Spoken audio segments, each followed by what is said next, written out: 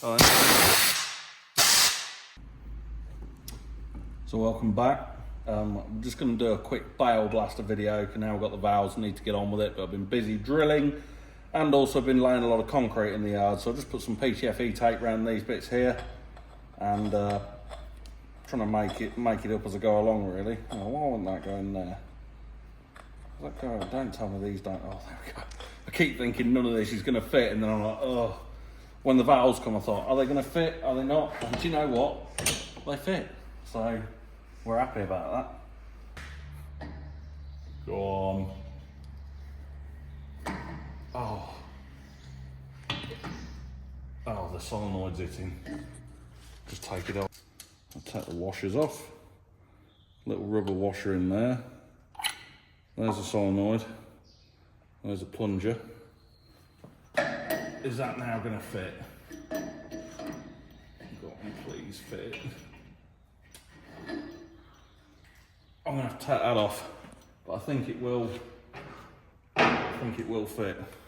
Oh, I just unscrewed it out a bit. Arrow's facing that way. This is what we want. Is that going on? I just didn't do it one more turn, so it just pushed it away.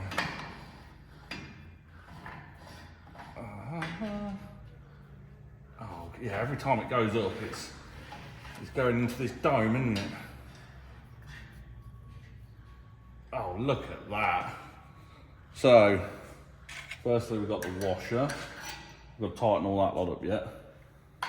And we've got the solenoid, 12 volt, we can turn that round. Rubber ring. And then we've got those bits there, like that. And that bolt's on there, like that. Goes there. This bit here is for the fire extinguisher. So that'll go in there so you can tee it off into the same pipe.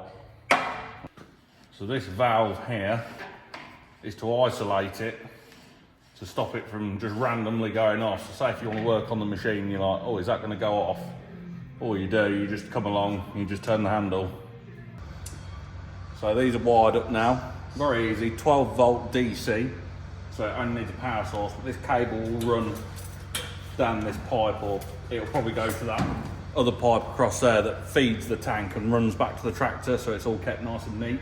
We've just got this here just to test it. I want to see if these are gonna work. I'm pretty sure they will, but we'll see. So yeah, out of the tank, into the solenoid, so obviously the air stays pressurised to here.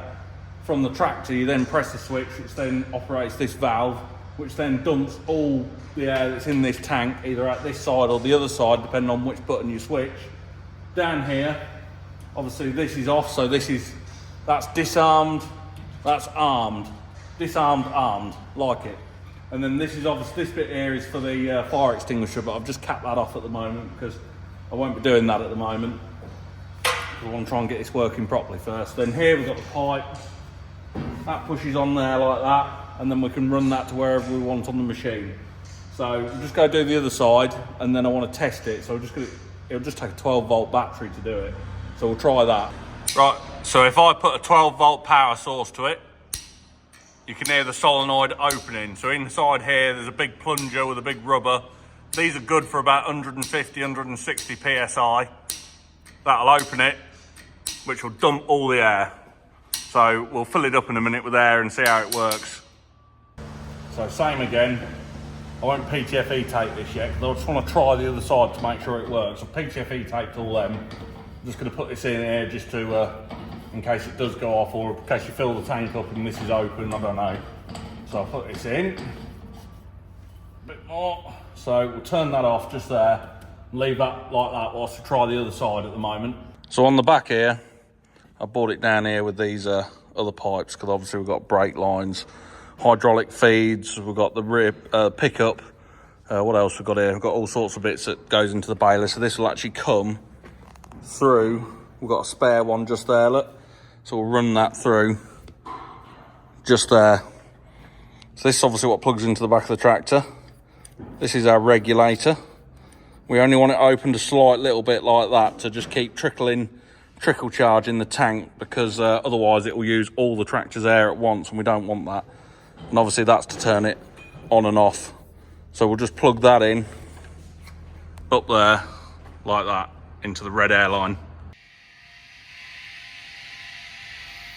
She's filling. I've got a bit of an air leak.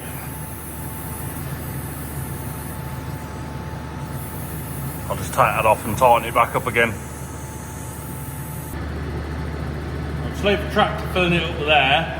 It's only got about 10 psi in it, so I just want to try it before we do a full test. Obviously this will be a switch, but we're on a battery.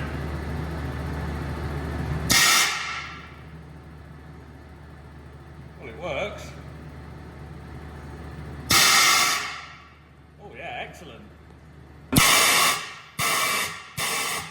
Just open this all the way for this test, just so we can, that's it. She's flat out. Don't want to be sat waiting for ages. So whilst we're waiting for that, I think it'll probably take about 5 minutes to fill the tank up. So we'll just sit and wait. But yeah, thanks again for UPS for sending them from Poland. Such great service. What was it, 3.5 weeks? Yeah, really enjoyed the service. Thank you very much for that. So yeah, what else we've got to do? Obviously, I said we've got to put that pipe on. We've got a jet going under there. We've got a jet going down there. And for the new people who haven't watched this video, I've made this sort of thing. I've called it the BALE blaster. And it fills itself with air. And then what it does, it dumps all the air at once through these valves to different jets around the machine to keep it clean, so that there's no dust, because obviously high build-up of dust can make fire hazards. It can cause all sorts of problems. So I thought, well, I don't want to keep getting out and blowing it down throughout the day. I want to make something that I just sit in the cab and flick a button and it cleans the whole machine itself. And yeah, this is what it has been doing. Oh, I'll show you, whilst we're nearly there, I'm just going to do a little clip of when I integrated the fire extinguisher. Yeah. So that was the slow motion footage of the fire extinguisher that we integrated, but I've been having a few problems with that, because it works when you charge it with powder straight away, but I tried it again where I left the powder in like a bottle for a few days, and because I'd filled it myself, it gets damp slightly, so it's like, oh, I've got to try and figure a different way of doing it. So this is where the carbon dioxide will go into, or what I'll have to do on the jets themselves, I'll have to put like another line for the powder, but I'm not sure how that's going to work yet, because we've got got capacity for another tank on top of here to put the powder. So, but mainly I want to get this working first, then we can look at it at a later date. She is, what we at, 50 psi. Woo! So we're nearly there. We're about 100 psi at the moment. I think the tractor goes up to about 115, I think it is, can't remember. But yeah, I'm quite looking forward to doing this. This is the biggest tank I've used to do this yet. So it's going to give us loads and loads of pressure. The difference between these and the butterfly valves we're using, the butterfly valves dump all the air at once, whereas these dump it quite quickly but not as fast. So you've probably got like a more sustainable jet of air coming out for, instead of like 1 second, these might go off for like 3 seconds. The idea is not for this to go off all the time, because it doesn't need cleaning all the time. If you're working in dusty conditions, it might only want cleaning every 20 minutes, half an hour. So that's why we have the regulator to turn it up and down on how we only want it trickle charging this tank. So like every hour for me would be absolutely fine. So once an hour, maybe just flick it, or at the end of the field, when the machine's completely full of like weed seeds, we don't want to transfer those weed seeds between other people's fields, because then you get like contamination between weed seeds and you have to use more chemicals to kill it. So I thought, well, as soon as you're finished in the field, you just flick it and off it goes, cleans the baler down. You might only use it once a day, but yeah. Right, let's try it. So I'll try it first of all.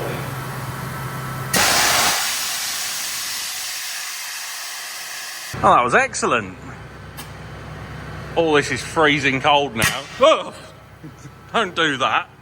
I really want to stuff a tennis ball inside of it and see how far it fires it on the floor and see if it can hit the ceiling, but I haven't got any tennis balls. We're at 80 psi again, so we're just charging it again, and I'm going to turn the tractor off this time so you can hear it. I've got a little bit of an air leak around the other side. One of the PTFE tapes, I still haven't fixed it yet. It just wants some more PTFE tape around the joint, but I want to set it off. It's much more fun.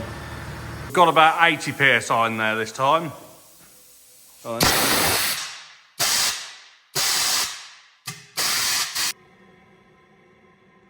And it's empty. Ready to be filled again. So these are the jets I've designed. They're sort of like a half moon shape so that it goes down here and goes across there, because these veins direct the air. They just go up in there. If you've watched the previous videos, you'll see me making one of these. So that air that comes out there will be piped into 4 of these jets around the machine to clean it all and blow all the dust away. So we've got this little air leak to sort out. Still got a few jobs to do, but I'm very busy doing other stuff, so I can't actually get on and finish this completely so we can use it. So we're still doing a few tests on things as well to make sure it all works right.